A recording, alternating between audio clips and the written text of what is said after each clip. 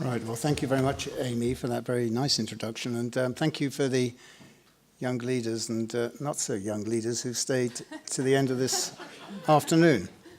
Now, I sense that mentoring and leadership might be a rather dry subject, and I stand between you and not far off from dinner and after what's been a long afternoon. So I'm under instructions to lighten this up a little bit, and that's what I'm going to do.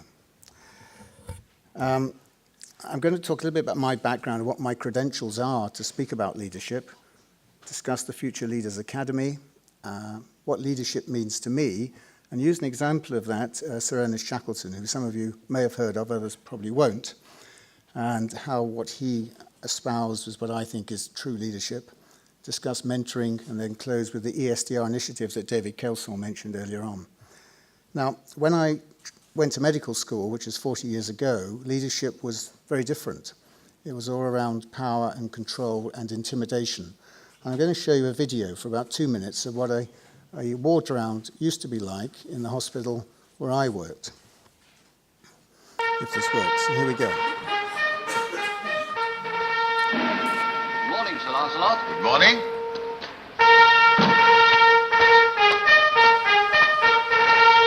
Morning, gentlemen. Good morning, sir.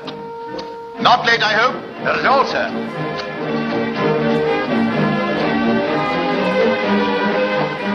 Come along, my man. You must pursue me. You must pursue me. I suppose you got another half-dozen boring cholecystectomies today? Yes, sir. After last night, I feel like one myself. How about that gastrectomy I did yesterday? Not so well, sir. Oh, pity. Great pity.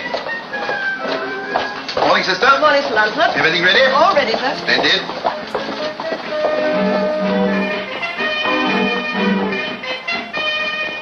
Now, you just lie still, old fellow. I've just got to discuss your case with these young doctors here. Take his pajamas off, sister. You, examine his abdomen. Take that grubby fist away. The first rule of diagnosis, gentlemen, eyes first and most, hands next and least, and tongue not at all. Look! Have you looked? Yes, sir. See anything? No, sir. That's a shame. Hopefully that will continue. Can you try and move that on a little bit?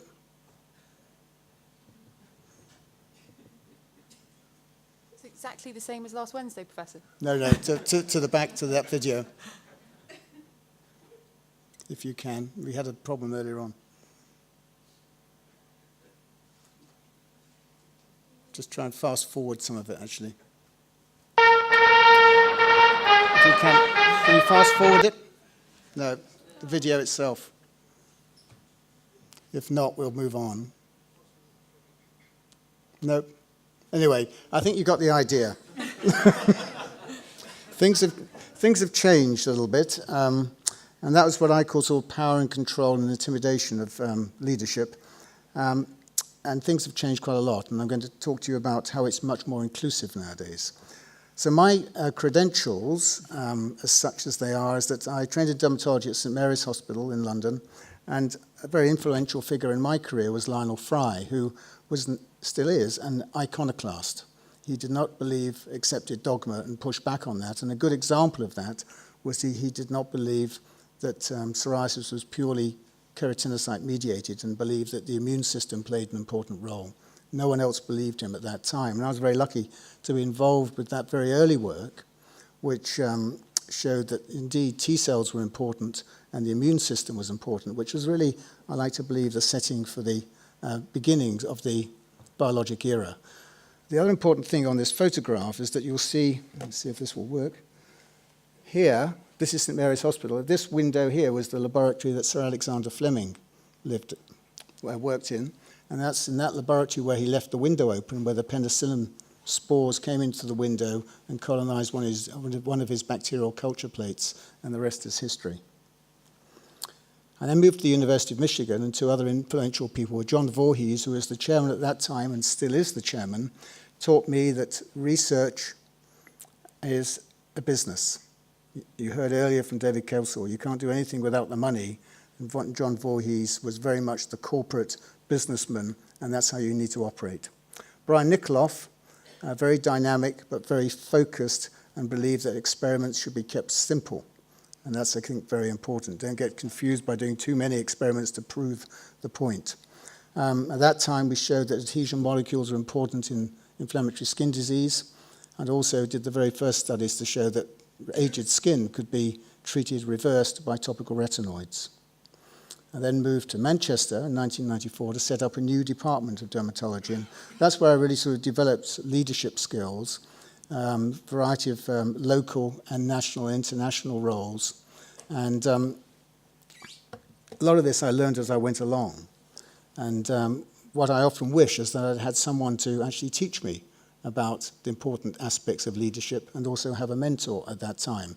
Whether things would have turned out differently, I don't know, but I strongly believe that it would have been an easier experience if I'd had that. And that's what I hope the ESDR can do for young leaders. So this is the Future Leaders Academy, which was started in 2011, where we identify future leaders. We've now got 125. The reason I don't show the photograph from the Academy in 2011 is, for whatever reason, they chose to wear light blue T-shirts. And those of us from Manchester know that there are two football teams in Manchester, one of which wears light blue, that's Manchester City, and obviously the most important team wears red. So I use this with apologies to the group from 2011. And Alexander Enck was very much one of the instigators of that. Here he is here. And of course, I think we've got our current president here, just there in the corner there. I'll come back to the Future Leaders Academy later on to see whether we've really been successful in identifying future leaders. Now, about 10 years ago, I was interviewed by The Lancet, something called Lifeline, and they asked you about your career. And one of the questions they ask is, who, alive or dead, would you like to have dinner with? And I chose a person who you probably have heard of, some of you have heard of, was Sir Ernest Shackleton. And I'm going to talk to you a little bit about Ernest Shackleton, because I believe then and strongly believe now that what he espouses is leadership at its very best. Sir Ernest Shackleton lived at the beginning of the last century, and he was involved with the moonshot of those times, which was to be the first to get to the South Pole. He was an Irishman, lived in the UK, and didn't get to the South Pole, but actually did something that was probably lives in history longer than the individual who did.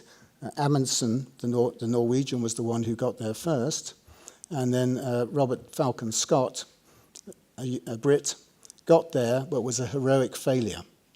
His entire expedition died, but he got to the South Pole but came second, and he was always thought of as being the great leader. And Shackleton was not recognized for his leadership qualities in his day, but in the last 20 to 30 years, management books have very much recognized what he did. And I'll tell you a little bit about what he did. So he planned an expedition to go across Antarctica and cross via the South Pole, that in 1914. And what happened, this was something called the Imperial Trans-Antarctic Expedition, in the days that the UK had an empire. In 1914, it was in a ship called the Endurance with 27 crew. Had very poor equipment by modern standards and no communication with the outside world. The ship left New Zealand, went to South Georgia, and then came into the Antarctic ice and became trapped. And it was trapped for 9 months, and then it sank. So there's 28 men with no communication with the outside world. What did they do? How did they get out of that? So, with showing huge leadership qualities, he then spent 7 months dragging 3 lifeboats, small lifeboats, across the ice, sailing them to a small island called Elephant Island, where he left the majority of the men and took 5 of them with him to sail 400 miles north, just using the stars to navigate by, to South Georgia, where he then traversed previously unclimbed mountains to a whaling station and was then made contact with the Chilean Navy, who then rescued all of the men. Now that's a very remarkable story. These are the men. You can see where the boat has already become trapped, all 28 of them. This is them pulling these boats across the ice. That's not easy work.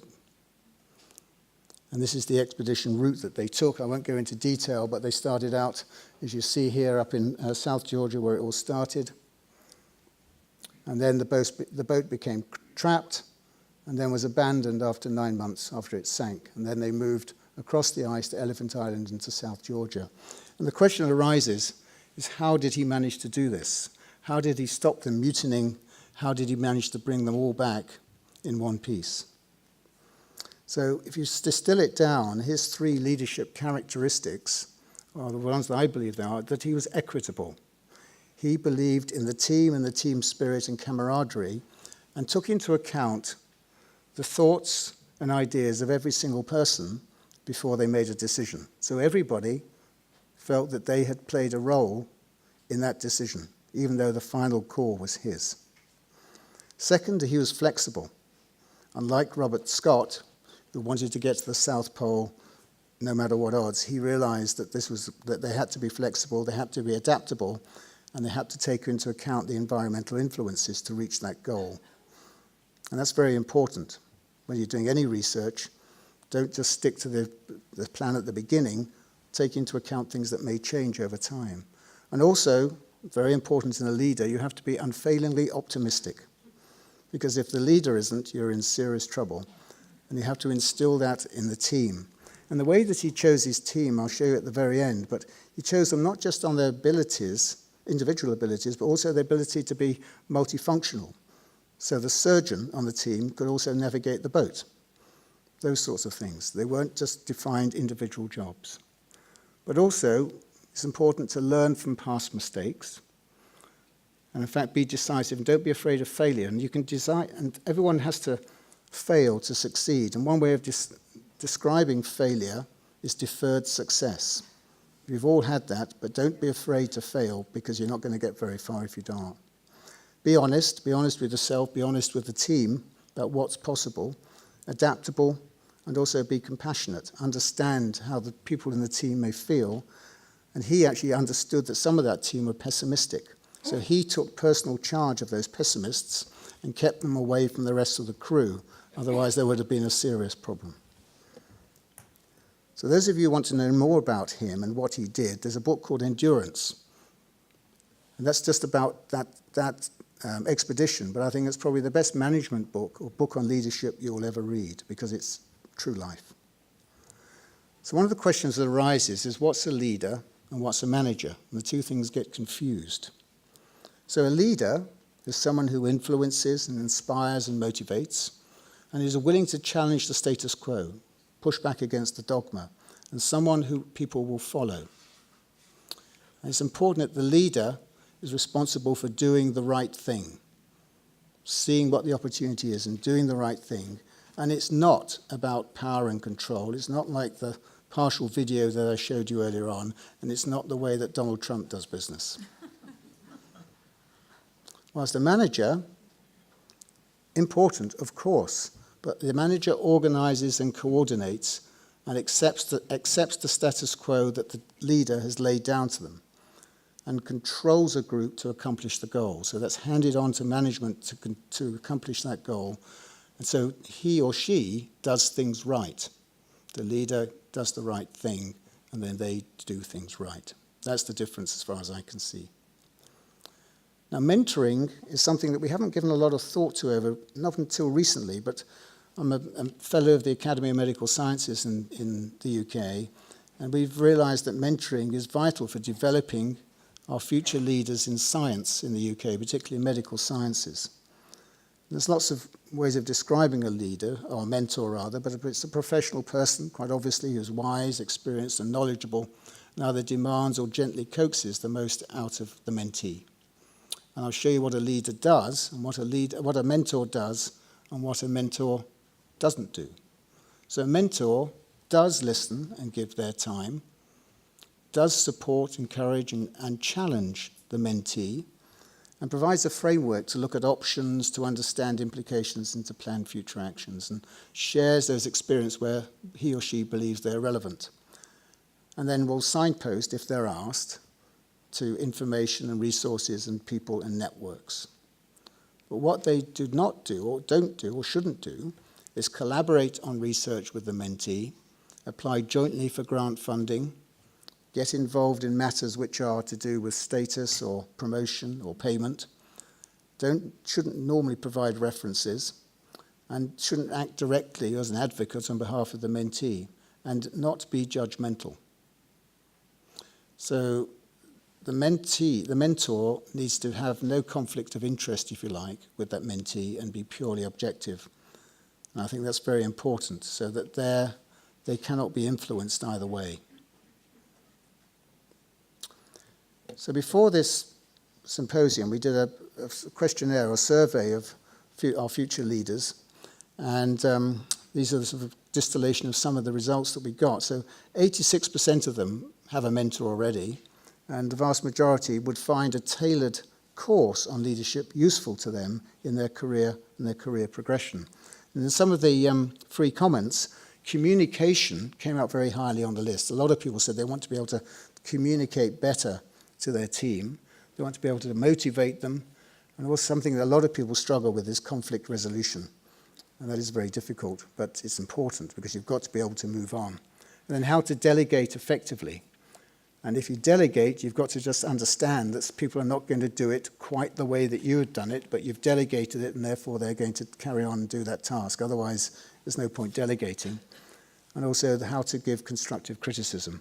This is a picture of the team from the young leaders from Madrid, just about a year or so ago.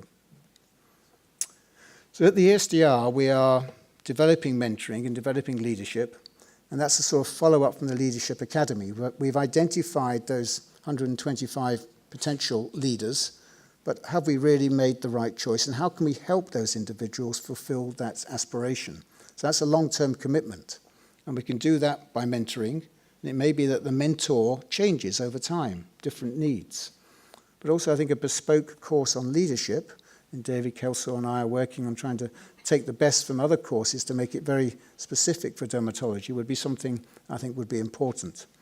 And that the mentors that have been assigned at the Academy should understand their responsibilities and how that they can help the mentee.